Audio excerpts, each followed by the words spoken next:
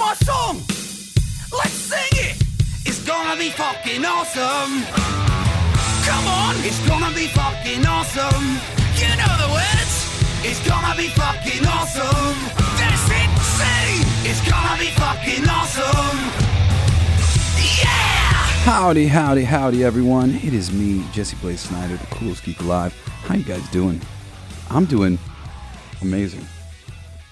I'm really appreciating what's happening here in the entertainment media landscape. There was some major truth bombs dropped recently by Vanity Fair and Grace Randolph, who, if you don't know who Grace Randolph is, she's like a major league commentator in the entertainment landscape. She works for a fucking website. I forget what the damn website she works for is called, but she's constantly chiming in, and she is very much become sort of like the face for the mainstream take on everything. And I've been trying to talk to you guys about this for a while, and I'm going to lay it out here again, from the beginning, just so you know who you're talking to. Okay, I'm 42 years old now. I was an aggressive social justice warrior when I was a teenager. There was not a lot of me. There was not very many people talking about this stuff. I am one of the people who championed Jon Stewart and and so much of the liberal agenda. Now I know a bit better, and I will explain myself, okay? Because I really want you to understand, who I am as a person. I've always been a centrist. I'm not a joiner. I need to be in a position where I'm not covering the tracks for my corrupt party. And there was corruption all over in politics, and I wanted to make sure that the people who were doing wrong were being called on it, and they weren't being invited back to politics. Now, I voted for Barack Obama twice and cried my eyes out, so happy, along with so many other Americans who thought, some change was at hand. And like so many other Americans, I was devastated how little really changed during his presidency. And in fact, how things quietly got very much worse. And if you don't know, we really need to kind of dig into just how little was accomplished by Obama and what the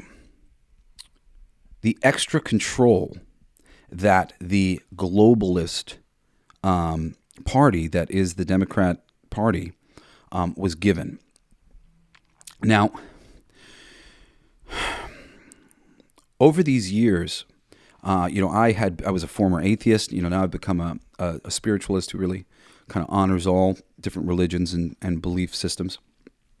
But I started out as a very practical thinking person, and I just wanted everybody to fucking calm down, and I wanted us to try to do right by some of the deficiencies that were happening within our system. Okay, so very liberal person, and I've talked about before. I don't fucking promote myself this way, but I'm very much what you might call a non-binary person. I'm not somebody who really felt like, I don't know, born a man and that all came naturally to me. Sex is a bit of an abstract for me, but that I don't think is like the basis for selling me as a writer or a musician or anything like that. And I don't think it's a very good basis for selling anybody. I think making things about your sexuality sort of suggests that if your sexuality is different, then you're somehow fundamentally different than everybody else. And I don't think that that's true at all. And I never wanted that to be true as somebody who I knew was fundamentally different than other people on a sexual level, but that doesn't make me fundamentally different than everybody in all ways. We're all human beings. We all bleed, blah, blah, blah. So I really led the charge. I mean, not just me, but I'm saying I'm amongst the people of my generation, and I'm somebody. My father was a rock star. I have influence over people just from that. It's stupid. I shouldn't have influence over people, but I do. People will, this worldly person who's probably met more interesting people and gone to more interesting places. I mean, I don't have to have gone anywhere or have met anybody. People assume that I have. And they give you all of this extra sort of weight. So, I certainly was a wake up. We're fucking hurting the black community, and we're not protecting the gay community, and we're not, doing right by women enough. And that was very much me. Now, over the years of studying and being a very diligent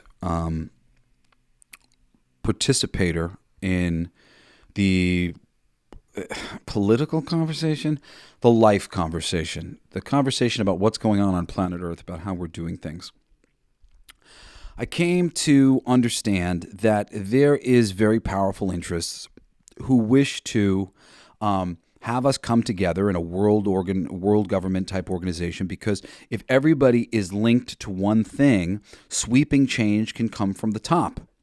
You don't have to worry. You can get everybody doing the exact same thing once we're a world government.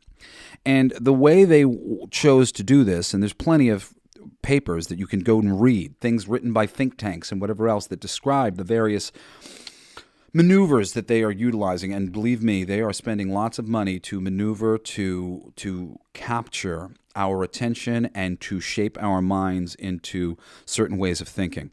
And the way that they want us to think is to lean into this world government thing in the name of social change, in the name of all these bleeding heart things. And I'm a bleeding heart, right? So I'm very susceptible to bleeding heart changes, okay?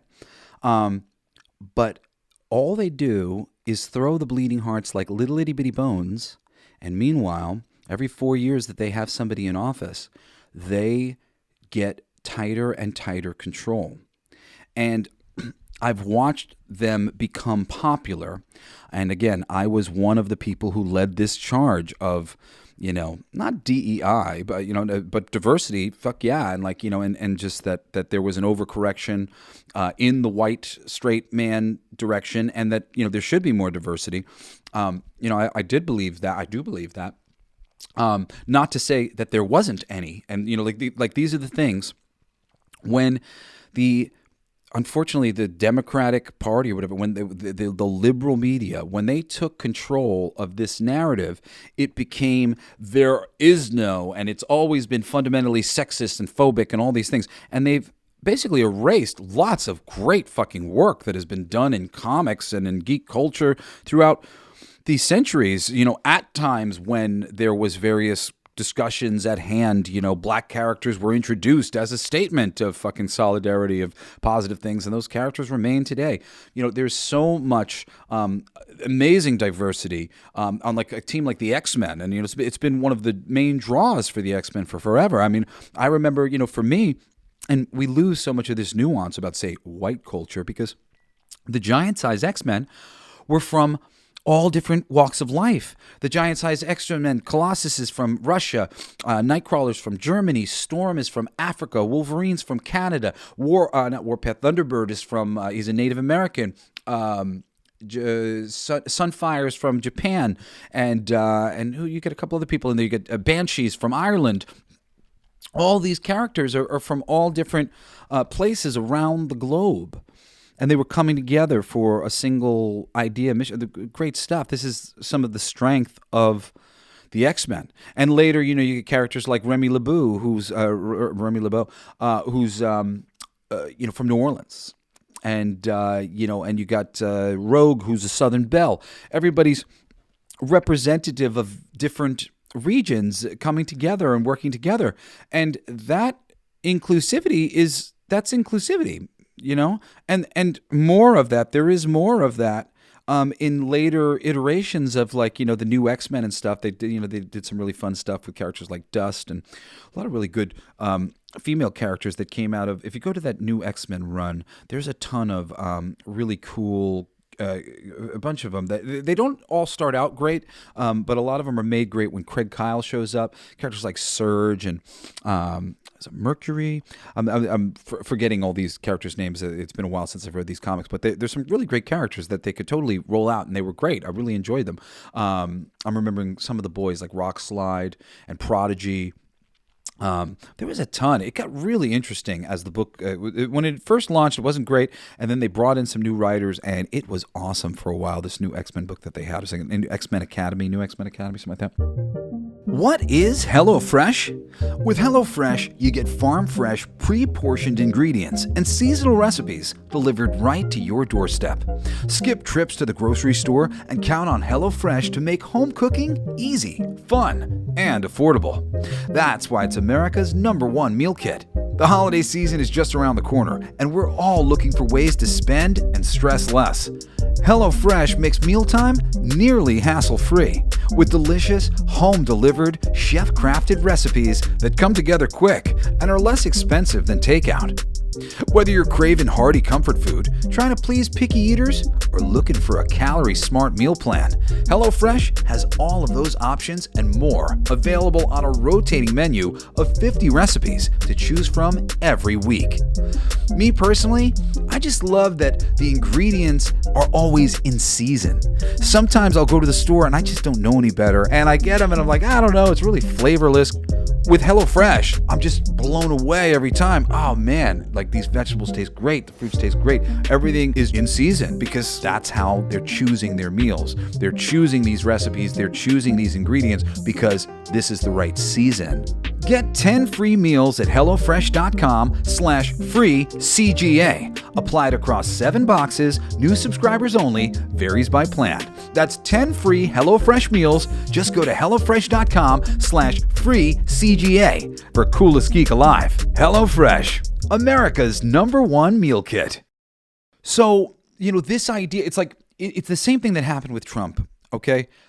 They went from, we don't like Trump, Trump is a bad idea, Trump's a bad person, to Trump is Hitler. Wow, guys.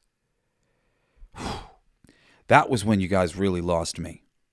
And I'd been on a journey because I was fed up with the Democratic Party because Bernie Sanders was on his way, and I was very much a supporter of Bernie's. And, I do believe that socialism, type things can work on small scale, mixed with freedom, if it's executed earnestly. Granted, in the system that we have, it might be very difficult for Bernie Sanders to really be able to do much good. But I was willing to give that a shot, and there was a lot of people who were. And they stole. The DNC stole money from Bernie, did many, many, many things to direct the energy that Bernie was getting to not just another candidate, but specifically Hillary Clinton, who had demonstrated herself over and over and over again to be untrustworthy. And I'm really sorry, guys. I don't know if you're out there and you're serious on any level about believing that Hillary Clinton might be a good person. I'm sorry to say, people who have nothing to hide do not smash their cell phones with a hammer and destroy their computer into little bits to avoid them being searched. I mean, this is some crazy stuff that she has done over the course of her, and when you go deeper into the Clintons, both her and her husband, they are politicians that books are based on, and corrupt politicians, characters are based on them and their activities and strange things that they've been connected to. They're not good people. They are part of this corrupt globalist agenda to control the world and to, I'm sorry to say, and this is very true, cut down the population. And so often when they've said these things at various things, sort of like implied that they're talking about kind of like third world nations, like no need for all these savages in these third world nations to keep proliferating. It'd be great if we could introduce birth control here and whatnot. But it is next level, and I've come to the conclusion that it is not just the third world nations that they wish to reduce that population on. And the poison in our food and the poison in our medicine supply, and it is indicative of this system. And, I'm sorry to get a little conspiracy theory on you guys, but this is the reality that most people, you see the Trump victory? Most people in America have woken up to this. And honestly, I think that there's a certain amount of that Kamala vote that is absolutely rigged. I don't think she even has that kind of energy that they're claiming that she has on any level. And this I'm not Trump the rig. They've been rigging our elections and rigging the system all over the planet for years and years and years now, guys. Google, if you go look it up, they've talked about how they were able to influence the vote by, I think they admitted to 10% or something like that by the end of the thing, and that they would be able to, by the next election, to influence the vote by up to 20%. So if they were doing that in favor of Kamala, up to 20% influence, potentially, the manipulation on planet Earth, and you don't understand how it works. Here, this is a good metaphor, okay? Because this is like how it is. I got really fascinated with these videos on speed running. If you don't know what speed running is, it's basically how fast can you get through a video game. And in a lot of cases, it's some of the most classic video games, like something like the original Mario. How fast can we get through Mario? And there'll be a certain ceiling of how fast you can get through, where like the record ends, because you have to go through 33 levels or whatever the amount is. You have to do a certain amount of thing, and in order to do that many levels, and even just like the windows in between and the loading screen and all this stuff, it amounts to this. You can't really get it lower than this. It's impossible, right? But then what happens is a glitch will be discovered. And when the glitch gets discovered, something like we can skip a level if we, stand right here and jump and hit this button, whatever it might be. And now, all of a sudden, we can cut 5 minutes off of our time because I don't have to do one of the levels. That changes the whole game. All of a sudden, everybody goes back, they start speed running, and we get best time minus that level. Minus another level, minus another level.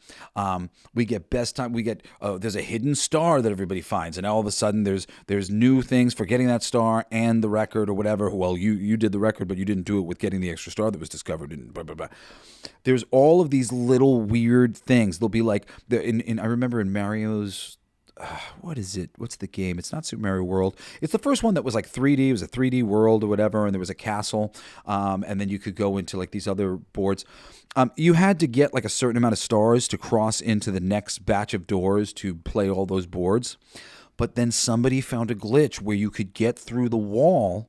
You could just vibrate yourself through the wall, essentially, and you didn't have to get the 30 stars to start it off. So you could literally start the game in the second tier of levels, having not gotten any stars, and you could skip the whole first part of the board. Oh, well, boy, did that change everything for the speed running. How fast can I beat the game? A lot faster than you. I just vibrated through the wall. First thing I did, and now all I have to do is finish the rest. So the game gets fundamentally changed in some way, and then all those people run to the thing. When you look into agriculture and things like that, a simple case in point, California was killing, and I think still is killing everybody in the world when it comes to producing almond milk. This is because they're getting free water. Most everywhere else, they're having to pay for the water, and almonds, they take a lot of water to produce the almond milk. It's like a very, very wasteful thing when it comes to the water, and they're just gushing water for days in California that they don't have to pay for it's a very complicated subject, but you can look into it. And because of this advantage they have, they're able to fuck up the whole market for almond milk because it's just so easy for them to do. Of course, labor costs in various places can change that up. There was something in one of the places I remember reading about or seeing something about where it was garlic. And they had prisoners who were peeling the garlic and batching whatever, just to have the prisoners work for free to participate in the assembly line of the garlic, work. That's huge. That cut out a huge amount of money that was being spent and allowed them to give that money back to the customer in one way or another. And then that offsets the price of garlic for everybody on planet Earth. Everybody else who's selling garlic, well, these guys sell it for this price. And now it screws up everybody else. Everybody else has to cut their prices and their profit isn't as good and blah, blah, blah.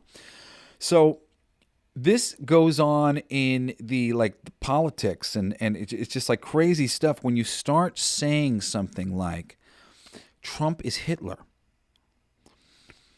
Somebody was talking to me the other day and he was saying, I don't like how sort of sarcastic all of these Republicans are in the way that they're talking about all these things. And I said, well, hold up a second, because just think about this and try to be fair. They're being called racists, misogynists, and phobes. How are they supposed to respond to this? I mean, the defamation of character is at an insane level. They're not being told that, they're old-fashioned. They're being told that they're Nazis. Over the years, there's been threats and calls for taking away children of Republican people. I mean, that was another big line in the sand for me. I was like, oh my goodness, are you kidding me? These are people. They're allowed to raise their people any way they want to, their little people. As long as they're not going out and hurting me and hurting anybody else. The majority of the people that everybody wants us to be afraid of are the people who don't trust any of the governments and are afraid that these governments are infringing on their beliefs and on their free will and their freedom. And that's a reasonable thing. They are. The left wing has become everything that we didn't like. I leaned left because I dealt with people telling me that I was going to go to hell. And I associated the right with all of these really strict Catholic people and stuff. And I didn't appreciate being told I was going to hell. And I wanted to live in a world where we were more tolerant and more open-minded. That people could live freely and kindly in all sorts of ways. But now we've done this opposite direction thing where we're hazing them back. And now we've created our own little liberal religion and we're trying to tell everybody what to do. First of all, this isn't the way. It's not a good thing. Period. But worse than that, even if I was well, I'm a little pissed off too, and they deserve it.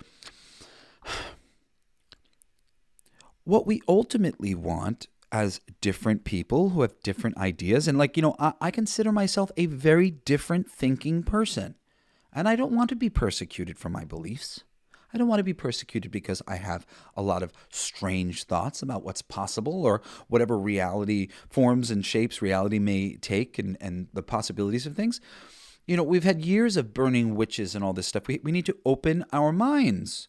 We need to allow people to think and do different things that they would like to do without being persecuted. And we're persecuting right back. And we're kind of blindly stabbing at a thing. Because I don't know if I said this already, but the Republican Party is made up of a lot of different groups. There are Nazis in the Republican Party. But there are also black supremacists. And there are religious supremacists. And there are libertarians. And there are all variety of people, like the Amish who voted Republican this time around, who are lovely people who just, there was a certain religion or there was a certain group of thinking or a certain working type of people, and they vote in that thing. That does not, just because there are some Nazis, does not make them all Nazis. Clearly, they are not all black supremacists. If they are, and you would say, why do you vote black supremacists? Because the black supremacists, all these people, they all think that there is a global terror organization that is super rich and super powerful that is trying to control us and trying to change history, and all of them think that. The Nazis think that. They think that they rewrote World War II and they demonized the Nazis and made the Nazis out to be way worse than they actually were. This is not me saying this. This is me saying what they say. And I mean, in the Nazis' defense, there's plenty of information out there that says, that says this, and they said this. This is here, and that doesn't really make sense considering what I was told. There's plenty of information like that. So, and this is the thing. When even if there was just one little piece of information like that for any of these Nazis, most of these Nazis are the children of Nazis. So they're defending their fathers. You know, the black supremacists are defending their whole culture, their whole heritage. They believe that their history has been erased. They're right. It has been. You know, and in so many of these instances, these people may sometimes seem a little crazed, and they do become crazed when people are denying the facts that they're being persecuted in one way or another. But all of these groups that feel like they're being persecuted in one way or another, they have very different, ultimate different belief systems, even though, remember, we're all mostly the same. But they all pretty universally are voting against globalism, which is basically the Democratic Party. This is not to say that the Republicans are not ever bribed as well. The Bushes are freaking globalist candidates. There are plenty of people in powerful positions in the Republican Party to this day that are these freaking globalist plants, and they vote with the globalists every step of the way, and they help these money people to get the decisions in office that they want.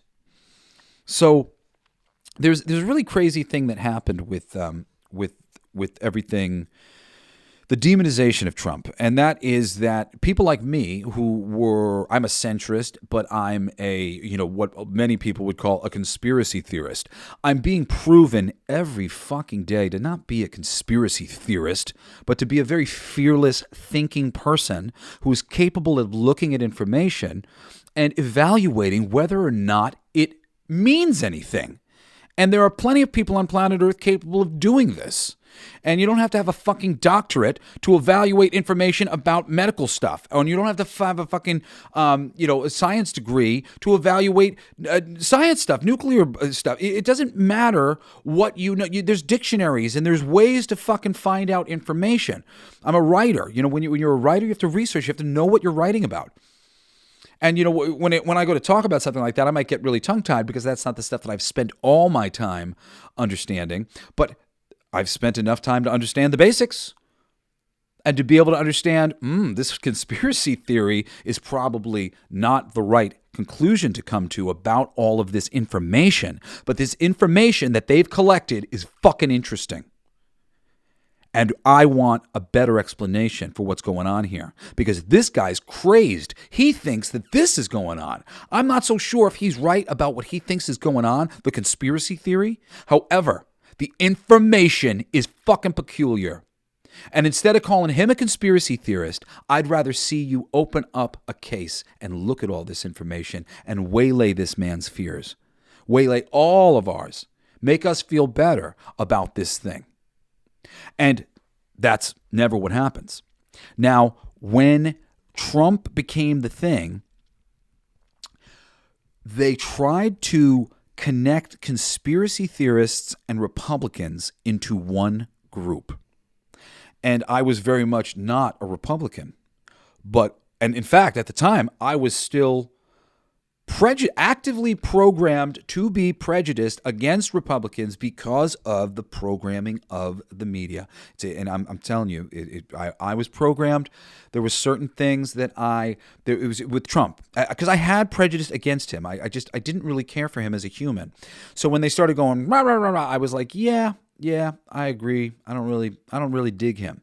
But at a certain point, I started to not like how the Republicans were being demonized and as a group, because I'm an idealist and I really believe that there's good people in every group, and I didn't want anything bad to happen to any good people just because there was a presumption that some of these people were guilty of something. And I think that's a fucking slippery slope. You know, presumption of innocence. It's an important thing in America.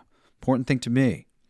And, you know, just abstract judgments of a people based on fucking numbers and polls and that mean nothing, and just so much freaking weirdness.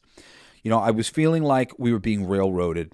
And when I really dug into Trump and his speeches and so many of the things that he's been saying, I saw that he had emphatically fucking apologized for every single thing he'd ever been called on for, like saying that, you know, was presumed as like this terrible thing. And, you know, he had clarified everything. His speeches were constantly taken out of context. When you would listen to his speeches, I was very fucking happy generally to hear what he was saying. He was talking about things that were clear and present, like our food system and things that are a problem. Corruption and perpetual war. And, there's things about him that I don't love, but he wasn't bringing any of those things to his politics as far as I could tell. And I very quickly went, well, he's not like advocating for the things that like, quote unquote, maybe mattered to me as a Democrat on some level.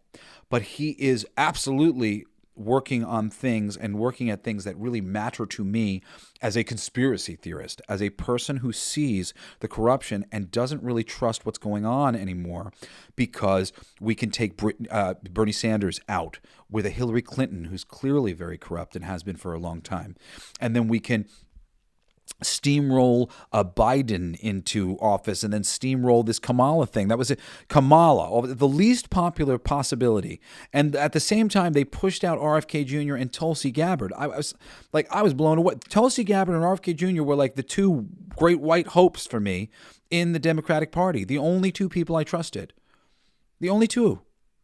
I did not, there's nobody in that party anymore who I feel like has the plot. They're all just politicking in the worst way, playing to their virtue signaling and like all this shit. I stopped fucking being a social justice warrior when I saw that it had become social currency to signal your virtue and show everybody how woke you were. Oh my God. That's not it. That's not the thing. That's not fucking taking care of your fellow man. That's taking care of your freaking social status. It's been executed all wrong in all the wrong ways. It's really, I believe, hurt the conversation about gays. It's hurt the conversation about race. It's hurt, on every level. Everything has just been sort of an aggravation to a regular person. And I'm not a regular person, but I'm a person who can very accurately assess what is going on. And we are antagonizing the straight guys. The people who are most normal are just being like waved in their fucking face of like, you're too normal. And that's bad. It's bad that you're normal. Like, fuck you. Oh my God, please. What are you doing? What are we doing? We're trying to tell all the most normal people that their normal is no good. We're supposed to say, your normal's fine. But this is normal for me. We're not supposed to be demonizing any way of living. We're supposed to be adding to the plethora of life, the shapes that it can take. And we're not actually doing that. We're not getting the message across. We're really kind of like, we've become an obnoxious group who's being too fucking pushy and asking for too much.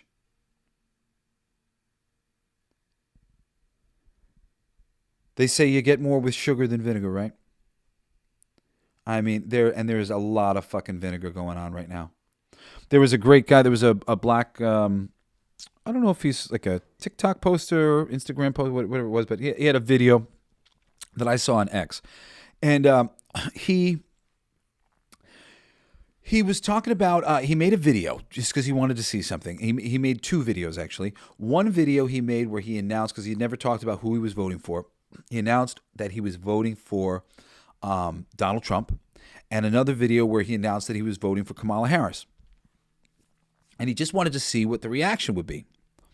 And he said that when it came to the video voting for Kamala, that he had Trump supporters in his comments, but they were all very respectful.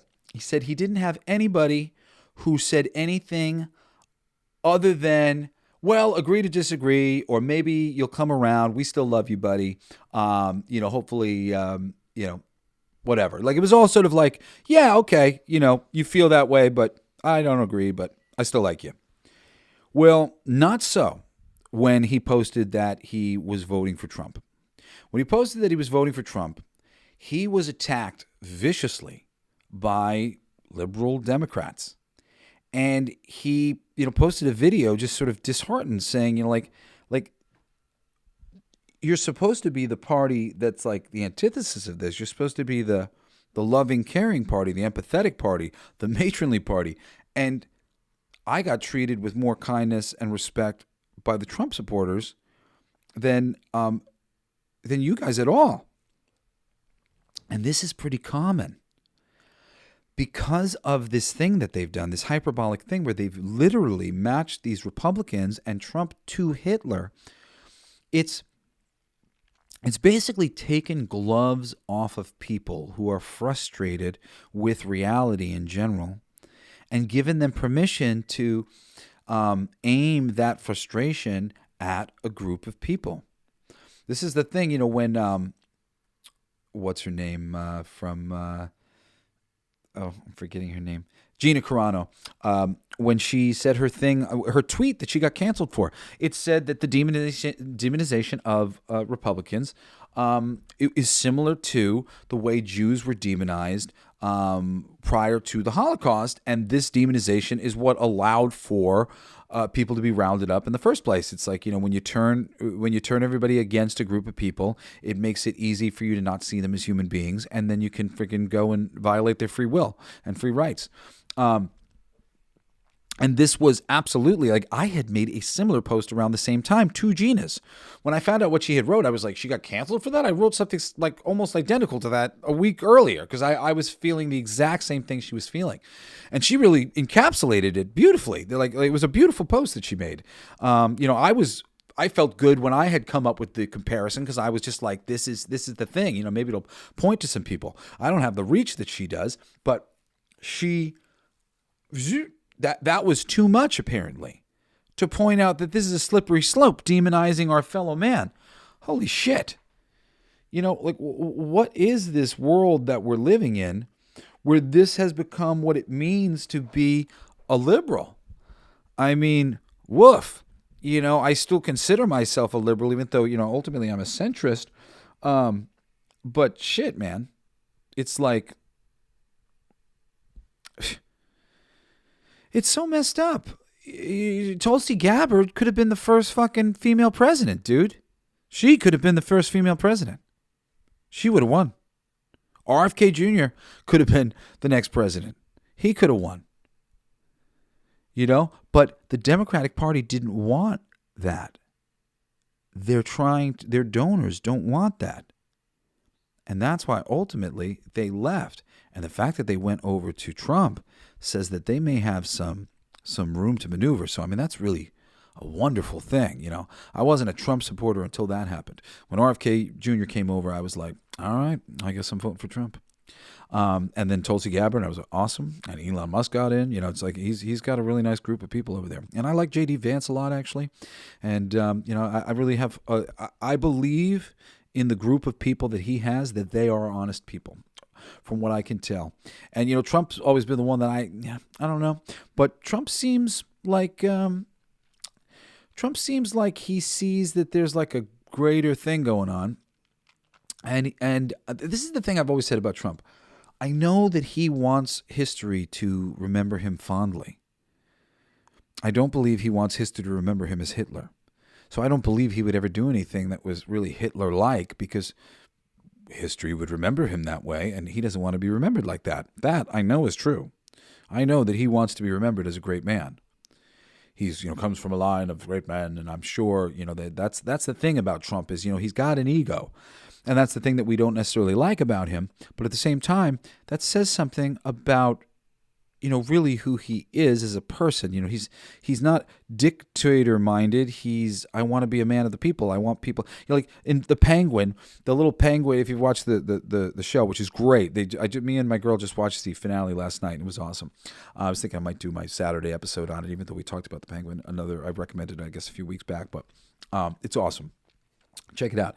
And in his backstory, he always talks about this old gangster and how much he was beloved by the neighborhood because he did like all these little things and was really like took care of people in the neighborhood and people loved him. And that's legit. People motivated by wanting people to love you. And I think Donald Trump's got some of that. And that's okay. Lots of people do really good things with that. And hopefully he will, hopefully these things will happen. But this whole time, throughout this whole bit, as I really fully came to my senses, because I'm like I said, I'm a centrist. It was the Bernie thing that really put me distrusting the DNC, seeing Hillary brought back again after so many things that she had done that were fugazi. I was so upset about that. But that was the beginning. And shortly after that, I really figured out. I mean, there are some videos that literally break down. You could look up Trump derangement system, like undoing Trump derangement system, seeing the narrative of the media versus reality, where there'll be just like clips that the media use to distort whatever. And then here's the thing. There's so much information. And if you're out there saying like January 6th and stuff, you probably only watch liberal news because, oh boy, has a lot of information come out about January 6th beyond what is being said on fucking CNN. I mean, boy, was that thing a fucking setup and a psyop, and so many things are really weird, guys. And what the bulk of America believes is the system is rigged, and they don't like Trump because Trump represents a resistance to it. And what Trump has loaded right now really, I think, is truly a resistance to it. And this resistance to this has been going on for, I don't know, a good 6 years now. And we've been being demonized. I mean, not myself. I think I've been able to kind of talk about this in a language that people can understand. But like YouTubers who I love, they're great. They've got great senses of humor. And again, I'm defending all of this. My friend, who was talking about he didn't like that these Republicans always seem to be like the cat that ate the canary, and they're laughing. They're laughing because they've been called fucking racist, and at this point, what do you do but laugh? What do you do but laugh? They've been laughing. The Republicans are laughing. They're trying to just laugh it off because it's an over-the-top thing to say to somebody. And I really think actually it's challenged them all to be that much more graceful and grateful and cool because your guys are trying to say that they're lame. So they're like, no, I'll show you. I'm fucking cool, man. You guys are lame, and I'm going to let you show yourselves to be lame. And it's what's happened. The liberal, the people loudest on the liberal, they are showing themselves to be lame over and over and over again. And they've been being told for years by people like me and tons and tons and tons and tons of fucking pundits on YouTube and wherever else that they are living in a sort of strange bubble, an echo chamber, where they are just talking amongst each other, and people who are fucking reliant upon the system and reliant upon towing the company line, and the audience, the fans, are not into it. They're not into what they're doing. They're not appreciating the way they're going about the conversation, and they're leaving in droves. And now, finally, you've got fucking Vanity Fair and somebody like Grace Randolph admitting this. I made notes of some of the different things she said. Let me see what I have here. Does Hollywood have the energy to resist Trump a second time? Was what Vanity Fair had said. Reacting to Trump like Hitler is how this happened in the first place. And if Hollywood resists Trump another time, they're gonna lose their readership. They're just going to continue to prove that they are a globalist collective that is out to control our minds by any means necessary. There is 6 companies that freaking control all of freaking entertainment and our news, everything. It's gotten such a small. I mean, and all the corporations, the 3 BlackRock and Vanguard and what's the other one? State Street, that own the majority of all these fucking companies and ones that matter. My father was once telling me about a friend of his who basically owned the tattoo world. How did they own the tattoo world? Well, they owned a number of tattoo schools, and they owned a number of tattoo magazines, and they owned a number of companies that made tattoo guns and made tattoo ink. And there was another thing. Oh, and they owned 50 or 60 tattoo places. When you own that much of the tattoo market, you can control the tattoo market in one way or another. And this is how the big boys do everything. They own the people who write the textbooks for our doctors, and they own the school the doctors are going to, and they have written the fucking curriculum or paid somebody to do it, looked over the thing so that it gives them what they want. Lots of surgeries and lots of prescriptions for medicine. They're selling medicine, they're selling surgeries. That means they're selling medical equipment. They're selling machines, and they're selling all of this stuff. It is a money-making scheme.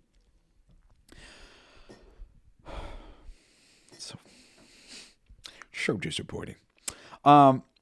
These are some Race Randolph quotes from her thing. She said, Trump, he can honestly say he's doing what the people want. So she was talking about him having a mandate from the masses, and that, he obviously is, it's an overwhelming majority of people are rebuking the culture of the left. And that is absolutely what's happened.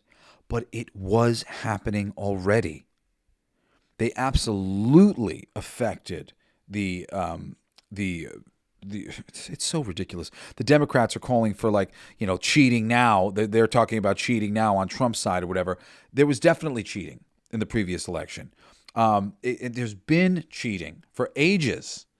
Whoever the fucking globalist candidate is, whether or not they're Bush or they're somebody else, it's the globalist candidate will always win. I'm telling you. There's a reason why all of the presidents share the same blood except for one. I don't know if Trump also probably shares the line of the same blood of all these freaking rich blue bloods, as they call them. And there's nefarious reasons why they call them that. So she's saying, she's admitting clearly there is a swell of people who are against all of these things, and they've been here. The YouTubers and the podcasters, we have not been grifting on rage. We have been exercising an anger and a frustration that exists inside the fandom, the audience. We've been pushing back against this whole thing. All the fucking work is worse. All the stories are worse. All the people you're hiring are worse. Do your DEI thing, but hire people who are fucking talented. I know they exist. It's insulting to fucking blacks and women and freaking gays that these are the best you can fucking get on the screen. Seriously. Fucking kiss my ass. There's a shitload of great writers in freaking comic books who have tits and a vagina, and you could have hired them, but instead you hire these other people. It's really frustrating to me. There are talented people who match the thing, and you can't even get that shit right. As I knew, as you couldn't do it when you were hiring the white guys. You couldn't hire the fucking white guys most of the time. And it's the same thing now that it's all boiled down to just their gender. And I think it seems to make it even more difficult for you guys. You get so caught up in what they're represented as, you don't actually get anybody with any fucking substance for the most part. It's awful. There's just so many just tone-deaf writers who don't give two shits about the medium that they're writing in. People who are just self-absorbed and like, of course they're self-absorbed. That's why you fucking hired them. They came in and they were like, me. I'm this and I'm this and I'm this and I'm this and I'm this. Tell everybody how I'm this and I'm this and I'm this. And I'm so special because I'm this and I'm so special because I'm this. And their specialness is one of the fucking things that they said, this is special. You're non-binary, you're special. I could have went in and been like, I'm non-binary. I'm special. Give me work. I didn't do that because I think it's fucking lame as fuck. I really do. I just think it's lame.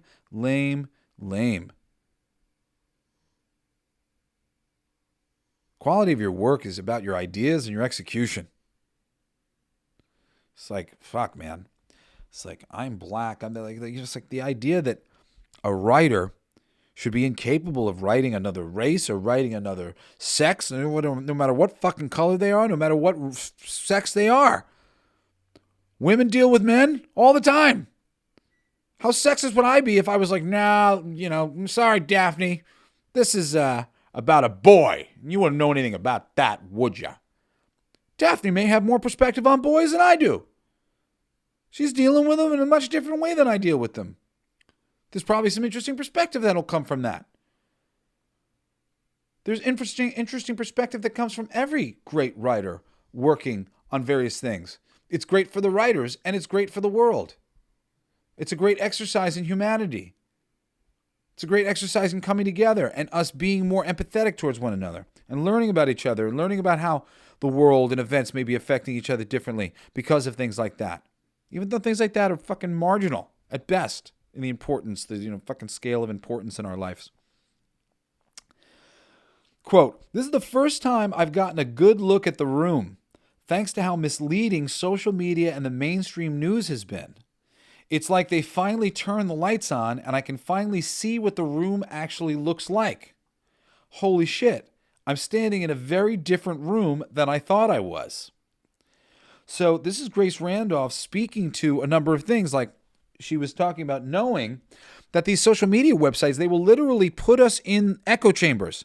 They will put us in rooms with people designed to piss us off and make us write things, and people designed to echo the things that we like so that we might feel like we're supported and we're free to express ourselves in the way that we look at all the people who agree with us. So there's a whole bunch of noisy people who, remember, like I said, virtue signaling became the thing. So much of what's been going on and the white noise of like this, Google having an effect and the freaking news stirring up certain people to think that freaking Trump is the second coming of Adolf Hitler, which has never been the freaking case. It's never been the case. He's never been a Hitler type. He has a history, actually, really legitimately. You can look this up, of doing a lot of positive things for the black community. Like I said, Trump's been around a long time, and he's been seen with and pictured with so many black celebrities. He's a big sportsman, so he likes fucking athletes big time, and he's always, hanging out with them, and there's videos of him sort of just admiring these people. You saw when he went on Joe Rogan, if you watched any of that, him gushing over Rogan and just asked him a couple things, because he really does enjoy fighters and people who go and put their body online. I see that he's got a lot of respect for that. And musician, anybody who does anything incredible, he's like about it. If Trump's racist in any capacity, it's only in just that he's lived a sheltered life on some level, and he's been taught what he's been taught. So he may be prejudiced in just the views that have been put into him, but he's clearly not somebody who's looking for fucking black genocide or Jewish genocide. Hitler, it's just crazy shit, man. And like I said, historically, like he's really done some legitimately positive things for blacks. And right now, off the top of my head, I'm forgetting, but there's like a list of them, and I feel like I'll regurgitate them incorrectly. But I was very surprised. But school choice is a perfect example, and that was something he did while he was in office. And school choice was something that the black community allegedly really wanted Obama to do, and it was a big deal when Obama didn't do it, and then Trump put it through. So it's like. There are arguments to be made here. It's a nuanced conversation. It's certainly not just this black and white Trump is Hitler thing. And he was president for 4 years, and he didn't do anything like crazy. He didn't do anything crazy. And it was the first time in my lifetime I wasn't at war. And as soon as Biden came back into office, we went right back into war. And that might have been really the last straw for me with the Democrats, because I thought, well, since we stopped the war, maybe it won't start again because we got Democrats in office now. And I'm just a fool. I'm just a hopeful fool, idiot, who just thinks the best and hopes for the best. And I get let down over and over and over again. And that is the reaction to Trump. That is the reaction in the entertainment community and the geeks revolting against so many of these things. I feel so bad for so many of these actresses and directors and writers and all these people who've been attached to all of these films, because their names are burnt in Hollywood. When you say, from the writer of some fucking terrible movie we don't like, the director of Acolyte, no, you don't want that on your resume. There are things that are on people's resumes now that will stay on their resumes for fucking forever. And if you wrote on She-Hulk, good luck. Good luck tomorrow getting any fucking work anywhere if you wrote on She-Hulk. If you wrote on the fucking Acolyte. A lot of these directors are going to get a pass because some of these shows still look pretty. But the writers, oh, fuck, they are fucked. And a lot of these actors, they are fucked. Their faces have become associated with these things that the audience hates. We hate this stuff. It's awful. They're ruining things that we love. We don't appreciate this. And now the face associated with it is you. And, in a lot of these cases, it's their own fucking fault because they leaned into this DEI thing. And now they are the face of these failed DEI projects that weren't about, this is the right person for the job. It was about, let's make it about blacks. Let's make it about gays. Let's make it anything about the stories and the people, and really boiling people down to a bunch of superficial traits that are more racist and more sexist when you really think about how it's all being executed and how it's being thought of in the first place. I mean, it's just awful. I was trying to remember. I'd said something to my friend yesterday about this, like, they're doing terrible disservice to. I don't remember what the joke I made was. Here, I'm going to avoid that line of thought because I can't remember. But if it comes to me, I'll bring it back because it's funny and relates to it. So basically, Grace Randolph says that she couldn't see the room. She saw her echo chamber, and she was realizing that people have been telling her that she's in an echo chamber for a long time. And she was like, no. She was convinced that there was this huge swell of energy for this thing and sort of get with the time and move out of the way kind of thing. And she's like, wait a second. Am I in a room with all Republicans? Because if I'm in a room with all Republicans, I'd like to know that. I'd like to know who I'm dealing with. And I think we've all been lied to, essentially. And I have a couple more quotes from her that I'm going to read that cover some of this stuff. But she's going, the lights have come on for the first time, and I really now am able to see who is really here in this country. Who am I really speaking to? And I realize I am speaking to people who are a different thinking person than I thought. And I don't exactly know what these people are even thinking because I haven't gone down this road of this Trump. I don't even understand this Trump thing, right? As most of these people don't even understand because they're just trusting what they're being told. And he has just been demonized to high heaven. The whole thing's crazy. And really what's going on is a huge freedom movement that's very positive, that is about the right and about our freedom and about gutting the swamp in our government and getting rid of this, they want to get rid of this thing where the politicians help these companies and then they leave and they go get jobs at these places where they make insane salaries because they help them freaking deregulate the government in one way or another. And they want to put that to an end. Are you kidding me? I've been wanting to put that to an end forever. What's really going on here, in theory, the potential of what's going on here, especially now that this real big, major groundswell of people have come out to the polls, is a chance to really clean up our corrupt government. And if we could do that, we could have an even more liberal, in the right ways, government in the future as we clean up this fucking corrupt Democratic Party. And maybe get some people in there like the Tulsi Gabbards and the Robert F. Kennedy Jr.'s who have our real best interest at heart and really are colorblind and really, want to make the world a better place for real, and not just this politicking and us fighting between each other and all this stuff. I really think there's a very good chance of that happening right now. This is what the bulk of people in America believe who voted for Donald Trump. And I'm an idealist, and I'm very hopeful. So if you're out there and you're nervous about it, it's okay. It's going to be okay. Nothing really bad's going to happen to any normal person in America.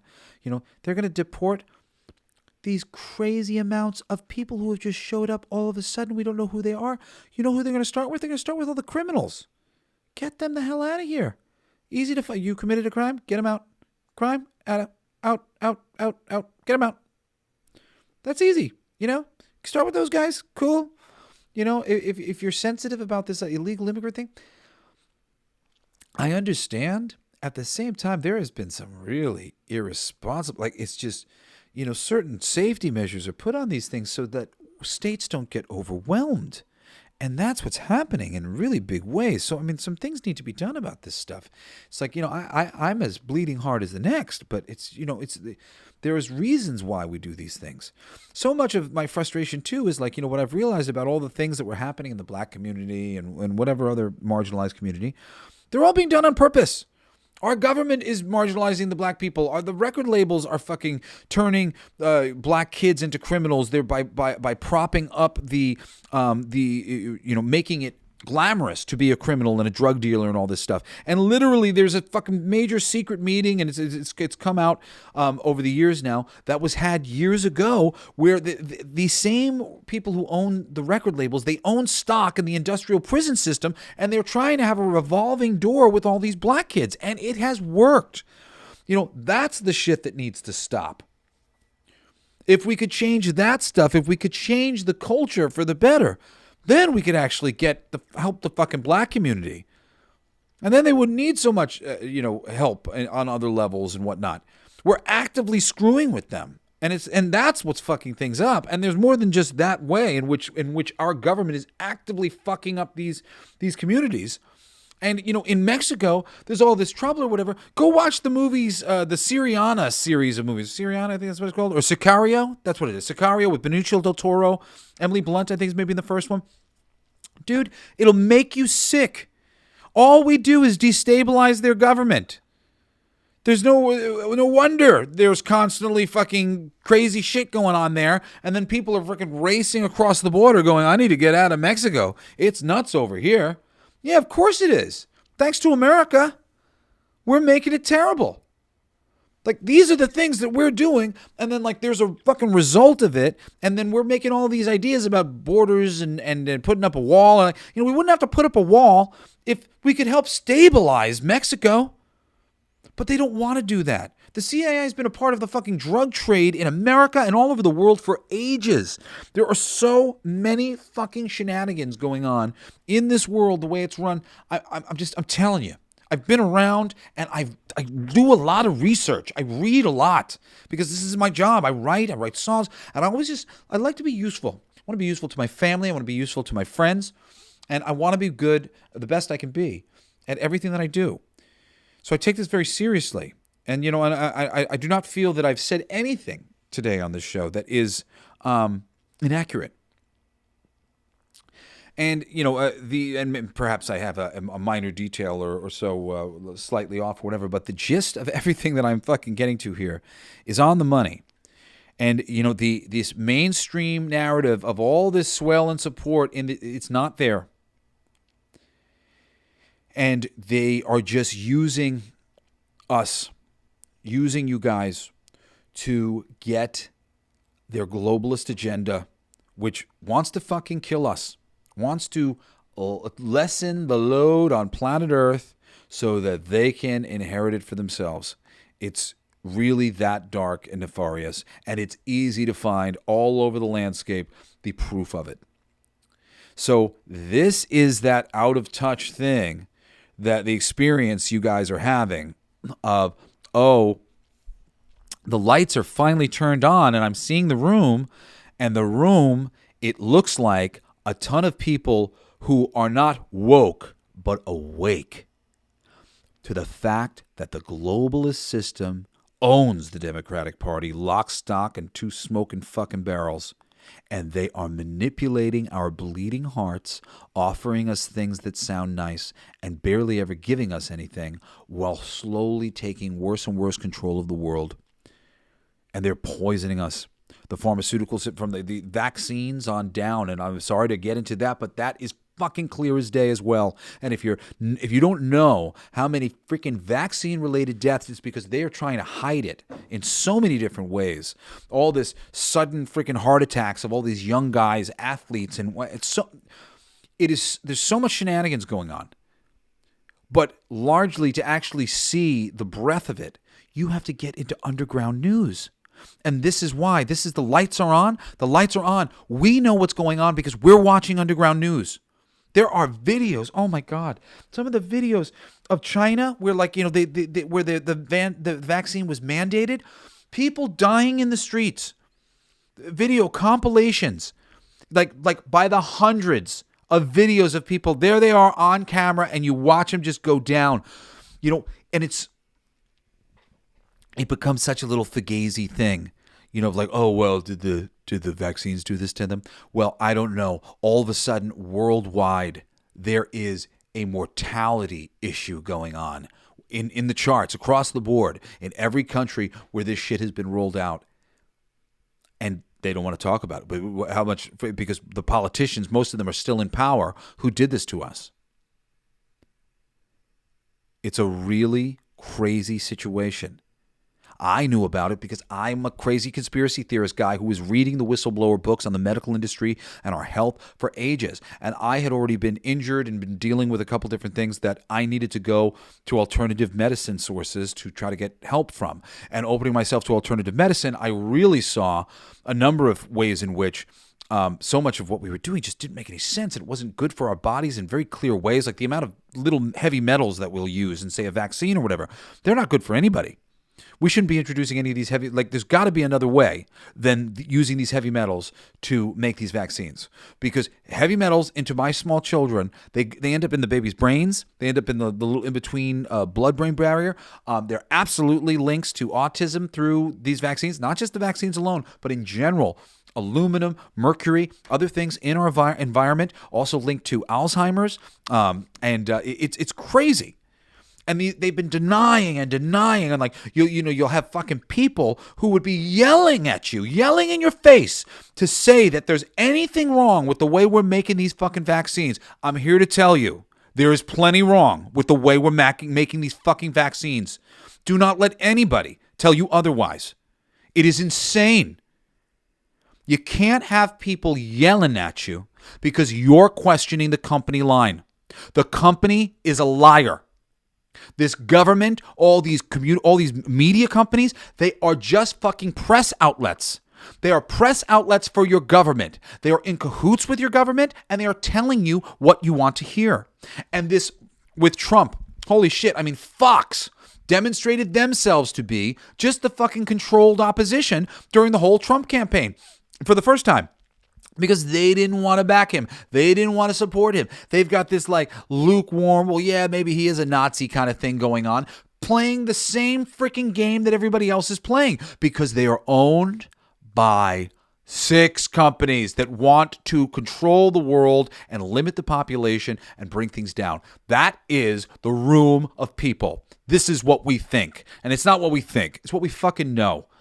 We've been watching. It's very obvious.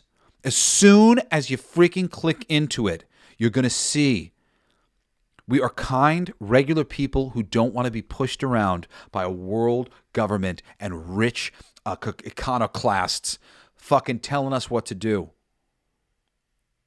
That's who you just discovered. And we're not just Republicans. It's not the fucking Republican. We are everybody. We are all the walks of life who have noticed what's going on, who have really noticed that we're being played. And if you haven't noticed yet that you're being played, it breaks my heart because I was being played too, and I understand why you're being played, and I love you, and I get it. I get your big heart. I get it. I do. I want to believe. It's why I want to believe in Trump right now. I want to believe. He's got RFK Jr. in there in Tulsi. I'm really hopeful. I want to believe. I want to believe that this can be great. I want to believe that things can be better. And if they're not, I'll be devastated. Again, as I usually am. But at least there's a real change. And we at least think we know what we're doing.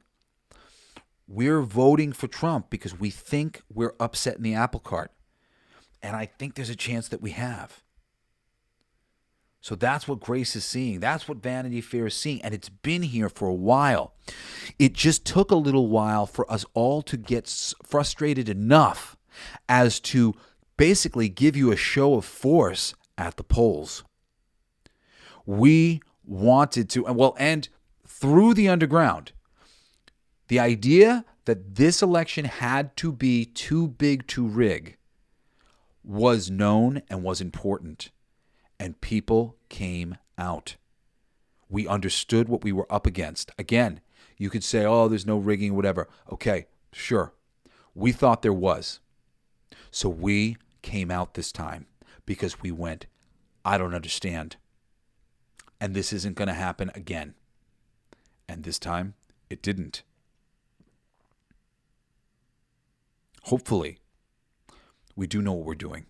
Hopefully, the next 4 years on planet Earth are going to be some next level harmony and is going to see some of the next level tyranny that has been going on here brought to an end finally. I'm so hopeful about it. So let me give you some of the rest of this before we wrap things up for today.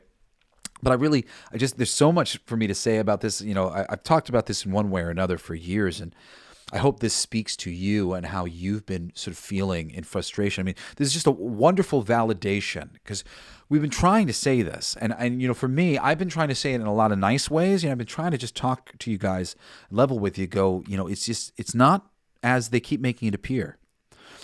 And I just believe this so proves it. And it's lovely, actually. Like Grace Randolph, it makes me want to cry, actually. I'm like, I appreciate her ability to go onto the camera and say, I gotta say, I did not expect this, and I think I've been misled. This is great, you know? People need to be able to do that. And you need to be able to give people space to do that. And I hope people will be given the space that they need to do that. Social media is a dangerous echo chamber. Played a giant joke on all of us, she said. So this was funny. She said she feels like a joke was played on everybody. Like, ha, ha, ha, you thought reality looked like this, but we fooled you. All of these powerful financial interests carved up a world so that you felt supported and felt like you were self-righteous enough to call everybody Hitler and all this other shit. And as it turns out, no, your group was small. They were just noisy. And other people who were having massive success on YouTube or success on podcasting like I've been having, we were trying to tell you, you know, there's a reason people listen to my show for the most part, you know, like the thing that like, you know, I get, and I'm sure every fucking YouTuber like Neurotic or whatever gets too, because this is what I would write to them, honestly. It's the same thing that people write to me when they want to say a good job. They always just go, it's so nice to hear you saying the things that I've been thinking. You know? And that's often the case for me, you know, but a lot of case because I work in comics, I'll have people who are saying the things I'm thinking, but they're like, I always feel like they're missing something. Like there's an aspect of it they're missing. So I would always be kind of shouting, thinking, no, you got to say this, tell them this, you know, kind of thing. And nobody would say it. And then that was what ultimately led me to doing the podcast. I'm like, you know, I feel like I have things that to add to this conversation, mostly because my approach to things is more about understanding as opposed to like baiting or sort of poking the bear. Which I understand, again, why a lot of people are baiting and poking the bear, because they've been called racist and sexist, and that's just egregious. And, you know, at the point where you get called that thing and you react that way, I understand. You know, I understand. Could you react a little cooler? Yes. Yes, you could. But I do understand. And, you know, and I do think plenty of the people on the Republican side of things do react cooler and are those cooler people. But, you know, there's bad apples in every fucking bunch. You know, it's just how it goes. So you can't be like holding everybody down for all that shit. But I love this, man. Social media, dangerous echo chamber that played a giant joke on all of us. Hollywood echo chamber. People tell them all the time that they may be in a giant echo chamber. And this week they said, quote, wait a second, I think I may be in a giant echo chamber. And that's literally what Grace Randolph says. She said, and I said, wait a second, I think I may be in a giant echo chamber. She said, people tell me all the time that I may be in a giant echo chamber. And then today, finally, I said, uh-oh, I think I may be in a giant echo chamber. Yes, you are. I was trying to tell you. You know, my approach for this conversation has always been really kind of fundamental. Like, I'm a toy guy and a statue guy. I love comics and the merchandise associated with it, which for me is sculpture, is art. I love sculpture. And I buy things. I've been buying these things related to this, my various loves, and they range. There's a lot of them. If you've been paying attention to the show, clearly I 150. This is today's 150 episode, by the way. 150, congratulations to us all. Thank you for being here for 150. But clearly I like a lot of different things. And my gift as a professional and a consumer is that I really know what's going on. And part of it is because as a consumer, most consumers, like, we don't have all the money in the world, and lots of product comes out every year as action figures and statues and stuff. So we have to, what's the word?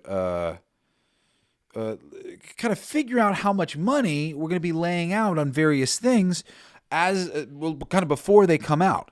Like, I need to be educated enough to know if a figure is going to be so popular that it's going to sell out and it's going to be getting sold in the future for a lot more money. If that's the case, I need to buy it as soon as it comes out so that I'm not searching for it later and having to pay top dollar for it. And I need to know if something is so unpopular that it's going to sit there on the shelf and I might be able to get it for half off or even less if I just wait a little bit. Understand? So there's a certain type of person who really has to study the markets in a very certain way in order to be smartest about their, fiscal responsibilities. And anybody like that can tell you the truth about a marketplace. I have been that person shouting at my YouTube channels and whatnot for years, going, you guys, I'm, not only am I a professional, not only do I make this stuff, not only do I work for the companies that make this stuff, I love this stuff. I'm there in the market and I've studied it enough so that I can save money. Sometimes make money too. Like, if you're like, oh man, I'm going to buy 3 of those, or I'm going to buy 3 of those because I know one of my friends is probably going to want it, So, that person who is educated in that way, we can tell you. And dude, we've been saying this shit from the beginning. This isn't like, like my conversation with, like, say, Trump. Like, I had a little Trump derangement system because I was already prejudiced against him a little bit, his personality type or whatever. But as soon as these bad choices started getting made, I just was fucking livid, and doing my best to enjoy some of these films and TV shows to the best of my ability. But I've been seeing it and calling it out from the very beginning and telling you why the audience isn't really going to like this, even when it's something that, like, I don't necessarily dislike. But, like, I go, I'm not going to, the audience isn't going to like that. Something like Eternals. Like, I like that movie okay. Like, as a movie, I liked it. And I like some of the things that they did with it. I thought some of it was kind of cool. My big problems with it were just, like, aesthetic, and ultimately I think the reason why so many people slept on it and didn't watch it in the first place was because it didn't look anything like the Eternals. It's like, I know they're like, well, who knows the Eternals? Well, some people know the Eternals. There's people who have seen pictures of the Eternals. There are some costumes and color arrangements of Icarus's costumes like that have a certain, look to them that'll pop in people's memories if they saw them. And if Icarus had looked like Icarus didn't look like fucking Icarus. The characters don't look like the characters. What the fuck are we doing here? It doesn't even matter that they did, like, kind of a good idea with the decent idea with the story and stuff. There's really simple things to look at to understand if something's going to work, if something's going to be successful, or if something has the potential to be. Because, not everything's necessarily successful when it's done right. Many things are done right all the time and aren't necessarily successful. So you really got to be successful and lucky and like successful in your execution and lucky, because luck will do it, and every time for anything, but it'll do it more deeply for something that's really been executed successfully, when this stuff happens. So it is still worth pressing for the better thing that you want to create. Wait a second. I love that quote. Wait a second. I think I may be in a giant echo chamber. It's amazing. It's amazing. Grace Randolph, I love you. That's so cool. That's fucking cool, man. That's really cool. Wait a second. I think I may be in a giant echo chamber. That honestly, that was the reaction that I had with the Trump. I told you I was watching a Trump video, something that was sort of like trying to convince me that maybe I had been led about Trump. And by the time it finished, I went, uh-oh, I think I may be in a giant Trump echo chamber. Clearly there's another perspective here that I'm not seeing. And seeing this perspective makes me think certainly the people who are voting for Trump are not all crazy weirdos. And, they think that maybe they're doing something positive. And that's the thing. We always got to try to understand each other. And not just assume that, like most people are trying, they have good reasons to do the things that they do. And this demonization of the right was awful. Like I said, I didn't become, somebody who was like a Trump supporter until, the past month or whatever with the Tulsi Gabbard and RFK Jr. For me, that was a uniparty, and I like a uniparty. I like the idea of us all coming together. So they had me there, and I'm sure they had a lot of people with that. And again, it's like, it's like not that we're all Republicans. It's that we want to see a better way forward. And we're definitely not appreciating the ways in which the freaking Democratic Party has been going about it. I mean, Kamala Harris, she wasn't answering any questions. It was crazy. It was just really crazy. I mean, just like all the things that people say about like, oh, they're puppets of the globalists. And then like the lady would be interviewed and she couldn't fucking talk about anything. She was so not real and barely fucking answered any questions. And you go, well, if she was a puppet of the globalist, that's what she'd fucking look like. So, dude, that's the people in the room. That's what we're saying. We're going, plant, don't trust this. This doesn't work for us. Try again. All right, ripping this up. You won't see Marvels. So she said you won't see Marvels or Acolyte being green lit because it just doesn't make any sense. So she was basically predicting that there was going to be a change in the Disney stuff and whatnot, because clearly if there's this overwhelming Republican sort of thing, that they would change up in the entertainment. I actually am not sure that that's true, because all of these loans and stuff for these DEI things, that they're getting money to do this right now. They're getting money to make this stuff. And I don't know if it was Charles Schwab or one of these pieces of crap who run the fucking financial system and was at Davos or one of these places. And they said essentially that they needed to force behaviors, that the time had come to force the change in the culture that they wanted to see. And fuck you guys. Force behaviors. Kiss my fucking ass. But oh boy, through DEI, they've been forcing behaviors. And this Trump victory, I think, is definitely a repudiation of all the sort of things that they have been hoisting on the American people, which is essentially an anti-white, anti-male, anti-straight. It's all fucking bad shit, man. It's like I said, I'm like non-binary or whatever. So I identify more with, the LGBTQ community than I do with a straight guy. But I don't want to demonize them. There's nothing wrong with them. I'm different. They don't have to be like me. I just want to feel safe to be whoever I want to be. And that's what all anybody should want. You pick gay or something, somebody else might pick, pizzazz tomorrow, some weird new thing. And we're not going to come up with fucking names for all this shit either. Everybody should just be themselves. Keep it simple, stupid. This is just insane. The idea that we would switch to they, them is a wonderful idea, actually, because it's limiting the pronouns down to just two. Two for everybody. They, them. Hey, Steve, go get them. Easy enough, right? The idea that we would then add Z, Zer, and Zim, Zum, and all these other, are you fucking kidding me? That's the antithesis of the great idea that just using they, them is. You're literally going to introduce two completely conflicting ideas at the same time. One of them that's good and one of them that's terrible. Ugh. You guys make me sick. Seriously. If you're out there and you're a Z or a Zem or a Z, like, please stop it. Don't do it anymore. Like, dude, you're asking people too much. You're asking too much of people. There's no need. Your pronoun is your name. My pronoun is Jesse. And it's unique. And all the things that are unique about me, you can think of when you think of Jesse. We don't need our own pronouns. That's the whole problem. They, them. And now we don't have to worry about it being a boy or a girl. It's just a being. That's what we want. We want a world full of beings.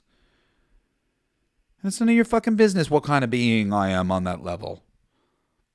To be discovered. It's so strange. It's such a strange time we're living in. And unfortunately, the people who have gravitated to these ideas, I'm sorry to say, they're very selfish and egocentric, and they're making things about them too much. And like, this isn't the way, man. It's just acceptance, you know? We got to be more about other people. And, you know, making the world better for everybody, and not just like this, like, man, you're all, oh God, it can't be like just all about our fucking, the universe is hurting us. I don't know. We got to be stronger than this, I think. So yeah, I mean, could be, maybe, no Marvels and Acolyte and stuff being greenlit, or maybe not with all this DEI money. I'm not sure. I think it all remains to be seen. I think right now, the personnel that they have swapped out in Hollywood is toxic, and they are going to have a really hard time. They are, I'm sure, crying about this whole state of affairs, and they're not going to want to lean back into the thing. They're going to have to be doing a lot of shuffling and rehiring people that they left in the dust ages ago, some of which I'm sure have switched into other businesses or retired or moved on or moved out. It's going to be an interesting time in friggin' the entertainment business for a while to come. Now, I wanted to point this out, a few things out, because, as I said, this has been apparent. If you're a toy guy like me, there's one way. But how about the Twitter files, where we found out that the government was meddling in the information and the conversation, and they were censoring tons of information and blocking various people, and there was so much shenanigans going on and influence on the vaccine rollout and vaccine information, all this stuff. Like, what does that say about the influence going on? That's just X. There's no investigation into Facebook or Instagram or all these other ones. We don't know what's going on. We saw behind the scenes because friggin' Elon Musk put it out and made it a big story to show how badly manipulated the information we were getting was. And now we finally, theoretically speaking, have a mostly free system with Elon Musk, in theory. Also, we had the female viewership numbers. You know, they're getting less people to Furiosa, but worse than that, they're getting less women to Furiosa. So the women, the percentage of your audience from your Mad Max Fury Road to your Furiosa female-focused movie, the audience dwindled, and the women left the most. So who's being turned off by your DEI initiative the most? Women. Women think more traditionally than you're realizing. That light is on, Grace? Women are not so progressive in general. They are a little bit more traditional. The voice of the progressive women is not representative of your average woman. In fact, they like highly masculine men. They liked Steve Rogers, Chris Evans as Captain America, and his good. They were with it. Strong men. We've talked before about how the Western went away because all of these weak-ass writers, nebbish people who didn't really see the value of these heroic cowboys in white turned the genre into like this depressing fucking thing because like they didn't get it. and people stopped watching Westerns. They liked the white guy rides in and he saves the day. They liked it. When that started to go away, they didn't like Westerns anymore because they were no longer about heroes. We like heroes, man. We like heroes. Nice, clean-cut, simple heroes.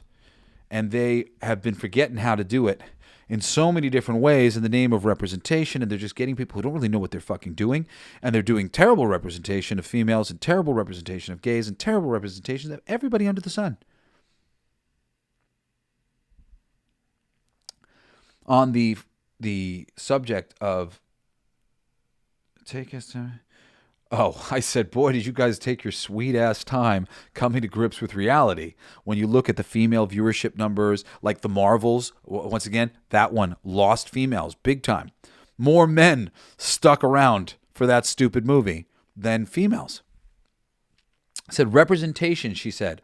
Why would we go and do that if you don't even really care? Grace Randolph talking. On the representation issue, she said, well, why would we go and do that if you guys don't really care? Yeah, that's a question. We've been trying to tell you forever that we don't really care. The people who are participating in this conversation online, we've been trying to point out to for a very long time, they are not consumers. They are fucking politickers. They are people who are opening their mouths to hear themselves speak, who have a vested interest in outcome and no interest in the material that you are talking about. They want to be able to control how a He-Man or Superman movie might be made, but they don't want to watch it. They're not interested in that. You need to go to the fans of the thing you are making, and you need to get their approval. Abandoning your audience, abandoning the fandom is the fucking biggest mistake you guys have ever made in your lives. They did this because the fandom just knew too much. They were so well educated, the producers couldn't compete. So at a certain point in time, the producers just kind of in unison went, fuck the fans. Fuck what they know. We'll never know as much as them anyway. We will just not care about what they know and do things our own way from now on. This has been a costly mistake, to say the least. The seriousness, they took all their changes. We were operating from a false sense of what was happening. Yes, they were. I don't remember exactly what I meant by the seriousness that they took all their changes. But, there was this ham-fisted, heavy-handed approach to everything that has gone down over the past 6 years. And, oh my God, the comics are in shambles and films are in shambles. Everything's in shambles because of it. None of it has gone over and worked well, and they have been pushing it through anyway. So, I mean, this is why I say, again, I don't know that anything's going to change. It's like the writing has been on the wall. But to see Vanity Fair and Grace Randolph actually finally using some of the talking points that fucking YouTube commentators and myself have been using for a couple years now, at least years and years now. That is gratifying. That feels amazing. I'm really no disrespect to Grace Randolph. That like only respect. Respect to you, Grace Randolph. That's super cool. I hope more people are coming around to this. I hope more people will come out and make statements like this. Because honestly, the Republicans, the right wing, the conspiracy theorists, we all deserve an apology from the American people who have allowed us to be demonized on the nightly news for fucking years now. And all you guys went along with it. And you were like, yeah, there's a lot of assholes in your country. Like, oh man, I don't know who you guys are fucking hanging out with. But just because you guys surround yourself with a bunch of tool bags doesn't mean the only people on planet Earth are tools. There's a lot of wonderful people out here. And I don't appreciate anybody demonizing any of my fellow Americans.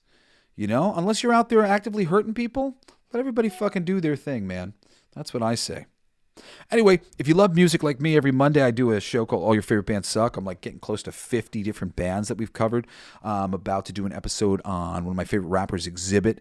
Previous episodes have been All American Rejects and Fun and the Sherman Brothers. I think coming up too, I'm doing Power Man 5000 and The Living End.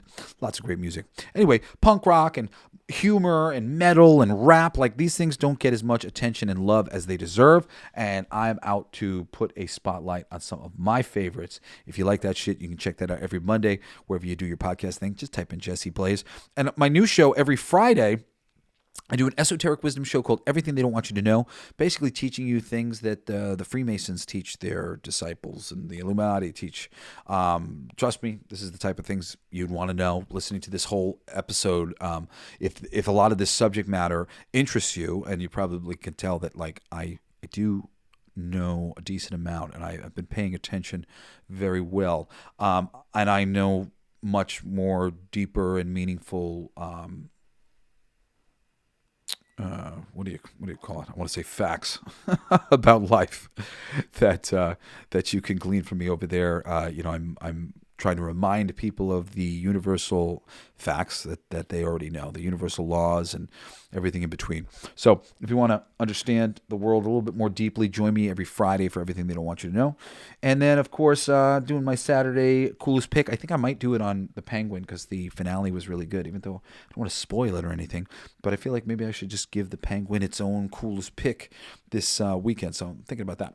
Anyway, I love you guys. Thanks so much for listening to the show. Thanks for making this into, a thing that I do in my life regularly. 150 episodes. I feel really proud of that. And we're like making money. I'm, paying my bills as a podcaster, and that's pretty great and pretty cool. So thank you so much for affording me that ability. Thank you for being my listeners and showing up and listening to what I have to say every week. I hope that my mania today has been at least cathartic. It was kind of cathartic for me just to talk about it after all these years of having, I'll say one last thing. I had a good friend of mine who I've gotten a lot of work for in comics. They went to my best friend at San Diego Comic-Con, and they were bad rapping me. They were trashing me because I was taking a centrist position and not demonizing the Republicans. And granted, he didn't know that the person that he was talking to, my very good friend, also has taken a centrist position and doesn't demonize the Republicans and, is more audience oriented. And we just didn't believe that there was any reason to, be like, I hate you because you believe this or whatever. And, we were much more open-minded in general. So he's like yelling at my friend about me because I'm open-minded. And then went into like a whole diatribe about how we have to cut all of these people out of our lives. Anybody who would, not denounce Trump and it's not even really like about Trump. I was actually one of the first people to denounce Trump. When Trump was running for office, he was using "We're not going to take it," and I wrote an open letter that I had posted on my Facebook, basically saying all the reasons why I didn't really think that the song represented him in any way, and I didn't think he should be using it. But it's neither here nor there because I have come around, but I'm just saying, this isn't cut and dry stuff for me. The world turns and things change, and things have been changing, and the media has been trying to maintain this disguise like it hasn't been. Like the conversation hasn't been growing and evolving, but it has been in a major way. And this Trump victory definitely shows how strong the change has become, that people felt passionate enough to get up and be a part of making a change in a new direction with a very conscious hope that it's going to mean a better world for us all in the very near future. I, for one, desperately hope that that's true. Please, please, please, please, please let it be true. Care Bear stare out there to all of you guys, whether you be Republican, Democrat, or otherwise. I don't give a shit. If you're a being, if you're a consciousness, and you're here hearing what I have to say and appreciating it in any way, shape, or form, I appreciate you. I appreciate you being here, and I appreciate you listening to my heartfelt words. Anyway, I love you guys so much. I hope you will join me for a Coolest Pick this coming Saturday, and again next Wednesday for another fucking awesome episode of the Coolest Geek Alive. Love you guys. Peace. You've been listening to Coolest Geek Alive with me, your host, Jesse Blaze Snider. Don't forget to rate, comment, and subscribe for more excellent geek culture content. Thanks for listening. It's my favorite part!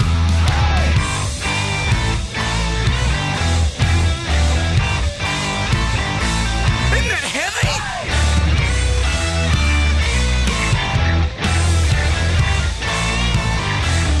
I played that! It's gonna be fucking awesome! Coolest alive!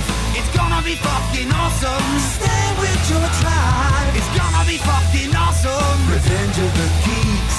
It's gonna be fucking awesome! Week after weeks! It's gonna be fucking awesome! Laughing with you! It's gonna be fucking awesome! And crying sometimes too! It's gonna be fucking awesome! Spelling it out! It's gonna be fucking awesome! Making you shout!